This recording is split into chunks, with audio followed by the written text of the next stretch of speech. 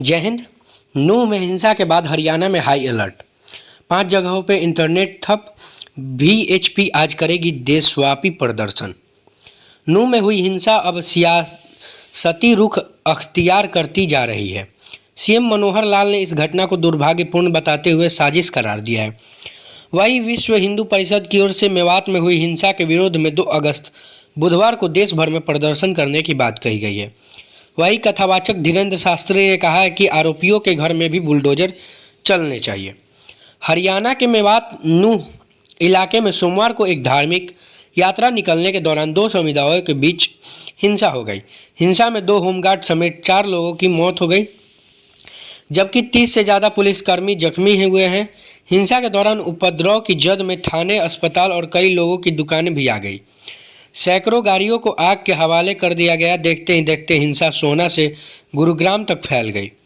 हिंसा पर काबू पाने के लिए अर्धसैनिक बलों की 20 कंपनियां तैनात की गई है। घटना के एक दिन बाद भी स्थिति तनावपूर्ण बनी हुई है। सीएम मनोहर लाल ने इस घटना को दुर्भाग्यपूर्ण बताते हुए साजिश करार दिया है। वहीं विश्व हिंदू परिषद की ओर से मेवात में हुई हिंसा के विरोध में 2 अगस्त बुधवार को देश भर में प्रदर्शन करने की बात कही गई थी।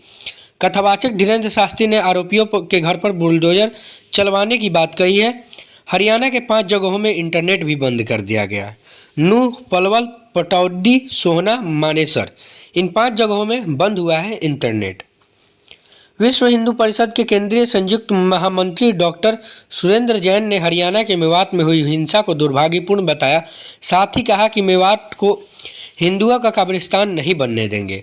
उन्होंने मंगलवार को कहा कि मेवात में हर साल श्रावण मास में सोमवार के दिन भगवान शंकर का आशीर्वाद लेने के लिए महाभारत कालीन 5 मंदिरों में श्रद्धालु जाते हैं। विहिप की ओर से जारी एक प्रेस नोट में यह भी बताया गया है कि सोमवार को तनाव की स्थिति की शुरुआत कैसे हुई। उनके मुताबिक यात्रा में बड़ी संख्या में लोग पहुंचे थे और अचानक ही उन पर हमला किया गया। डॉक्टर सुरेंद्र जैन के मुताबिक सोमवार को लगभग 20 से 25 हज़ार लोग पहुंचे हुए थे। अभी यात्रा शुरू हुए 15 मिनट भी नहीं हुए थे कि उन पर उपद्रवियों ने फायरिंग शुरू कर दी और पत्थर बरसाने लगे।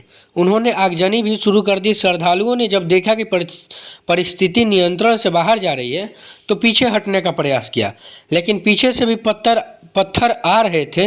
उन पर पेट्रोल बम फेंके गए। बहुत मुश्किल से कुछ लोगों को बचाकर हम नल्हर महादेव मंदिर में वापस लेकर आ सके। कुछ ही देर हुई थी कि मंदिर के सामने भी दंगाई आ गए। कारों, बसों और अन्य वाहनों को आग लगाने लगे और फायरिंग करने लगे। दागी गोलियां जलाए और तोड़े गए वाहन। इसमें 2 लोगों को गोलियां लगी और लगभग सारे वाहन जला दिए गए या तोड़ दिए गए। जब पुलिस आई तो पुलिस को देखकर उपद्रवी भागने लगे और पहाड़ियों पर चढ़कर तीनों तरफ से मंदिर एरिया पर फायरिंग करने लगे। इसमें युवक की मौत हो गई और कुछ लोग भी घायल हो गए। बहुत मुश्किल से प्रशासन ने उन पर नियंत्रण किया और उसके बाद वहां से निकल करके पुलिस लाइन में लेकर आए। डॉक्टर जैन ने आरोप लगाया कि इस घटना के जिम्मेदार वे लोग हैं जो इन दंगाइयों को भड़काते हैं। उनके भड़काने के कारण ही मुहर्रम व रामनवमी पर हमले होते हैं। अन्य कितने लोग बलिदान हुए उनका पता नहीं लगाया जा रहा है। प्रशासन से भी इसके बारे में सही आंकड़े नहीं मिल पा रहे हैं। घायलों की चिंता और उनके उचित उपचार की व्यवस्था की जा रही है। विश्व हिंदू परिषद की ओर से कहा गया है कि हिंदू धार्मिक यात्रा पर हुए इस क्रूर हमले के विरोध में कल 2 अगस्त को संपूर्ण देश में समस्त जिला स्थानों पर धरना प्रदर्शन किया गया था। सुरेंद्र जैन ने कहा कि इस आतंकी हमले के कारण बजरंग दल के 2 कार्यकर्ताओं की निर्मम हत्या हुई है और समाज के 2 अन्य व्यक्ति भी बलिदान हुए हैं। विश्व हिंदू परिषद की मांग है कि उन सबके परिवारों को 1-1 करोड़ रुपया दिया जाए। जो घायल हुए उनको 20 लाख रुपया तथा जिनकी गाड़ियां और बसें नष्ट हो गई है उनको पूरी तरह क्षतिपूर्ति की जाए। उन्होंने मेवात को सील कर इसकी काबिंग कराने की मांग की है। दिल्ली से सटे हरियाणा के इन क्षेत्रों में हिंसा के बाद तनाव का माहौल है। एक तरफ जहां पुलिस की चूक की बात कही जा रही है तो वहीं यह मामला सियासी रुख पर पकड़ता दिखाई दे रहा है। जिस तरह से बयान सामने आ रहे हैं वह आग में घी डालने का काम कर सकते हैं।